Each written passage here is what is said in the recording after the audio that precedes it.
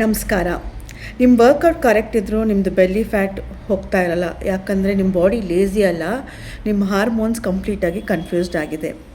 So ಇದಕ್ಕೆ ಬಂದುಬಿಟ್ಟು 3 ಮುಖ್ಯ ಕಾರಣ ಆಗಿರುತ್ತೆ. ಒಂದು ಬಂದು cortisol, that is stress hormone. ಯಾವಾಗ ನಿಮ್ಮ ನಿದ್ದೆ ಕಮ್ಮಿ ಆಗಿರುತ್ತೆ ಮತ್ತು ನಿಮ್ಮದು ಇಮೋಷ್ನಲ್ ಲೋಡ್ ಜಾಸ್ತಿ ಆಗಿರುತ್ತೆ, ಪ್ಲಸ್ ಕಾನ್ಸ್ಟೆಂಟ್ ರೆಸ್ಪಾನ್ಸಿಬಿಲಿಟೀಸ್, ಇದೆಲ್ಲ ಬೆಲ್ಲಿ ಫ್ಯಾಟ್ ಇನ್ಕ್ರೀಸ್ ಆಗೋಕ್ಕೆ ಕಾರಣ ಆಗ್ತದೆ. ಇನ್ನೊಂದು ಬಂದುಬಿಟ್ಟು ಇನ್ಸುಲಿನ್ ಇಂಬ್ಯಾಲೆನ್ಸ್.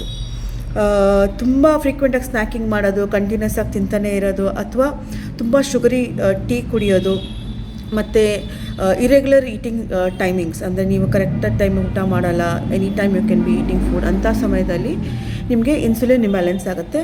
ನೆಕ್ಸ್ಟ್ ಬಂದುಬಿಟ್ಟು low muscle activation post partum, ಅಂದರೆ ಬಾಡಿ ಇನ್ನೂ ಹೀಲಿಂಗ್ ಮೋಡಲ್ಲಿದೆ, ಅದಿನ್ನೂ ಫ್ಯಾಟ್ ಲಾಸ್ ಮೋಡಲ್ಲಿ ಇಲ್ಲ. ಸೊ ಆ ಕಾರಣಕ್ಕೂ ನಿಮ್ಮದು ಬೆಲಿ ಫ್ಯಾಟ್ ಜಾಸ್ತಿ ಇರುತ್ತೆ, ಪ್ರೊಟ್ರೂಡ್ ಆಗ್ತಿರುತ್ತೆ.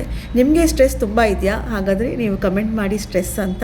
ಮತ್ತು ಮೋರ್ ವುಮೆನ್ಸ್ ಹೆಲ್ತ್ ರಿಲೇಟೆಡ್ ಟಿಪ್ಸ್ಗಾಗಿ ನನ್ನ ಚಾನಲ್ನ ಫಾಲೋ ಮಾಡಿ. Thank you.